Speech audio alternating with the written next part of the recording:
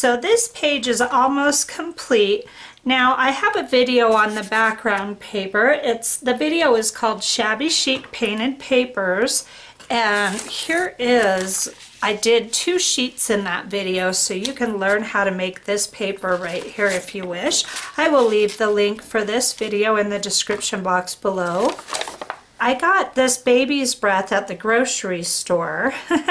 You can get a big bundle for around $4 is what I paid, and then I just pressed it and left it for a month or so in my presser, and now they're ready to go. And then these flowers I also got at the grocery store, and I don't know what they are. You may know. If you do, please let me know in the comments below.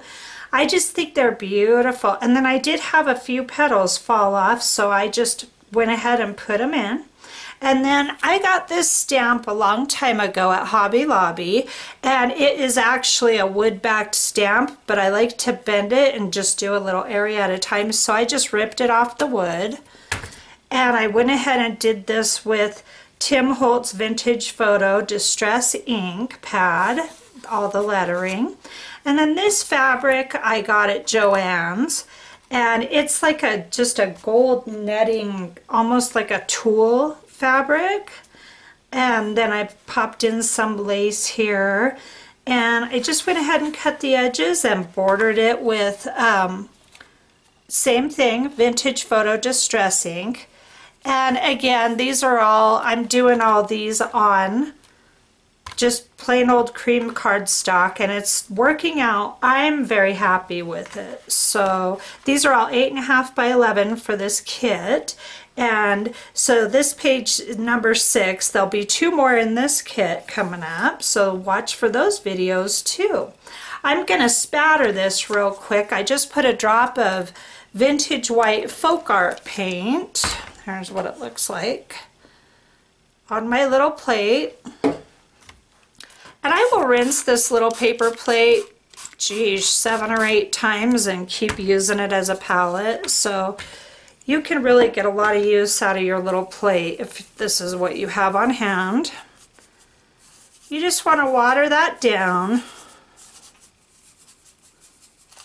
And that's pretty thick. I'm not getting any drips off my brush. Not that I necessarily want that. So I threw about 4 more squirts in there.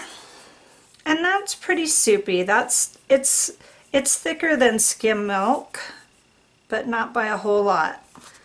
So then I want to wipe some of that off, because you can really get it out of control here if you're not careful. So just give it a, wipe your brush on the edge and then test it out very lightly just by hitting your brush. Getting some really nice looking spatter. Let me bring in a little. I'll do this corner here. This is, ooh, look, I got a big giant one. I love it. I didn't wipe off enough paint. See, that's why. Perfect, I love that. It's like I order mistakes so that I can show you how to fix it.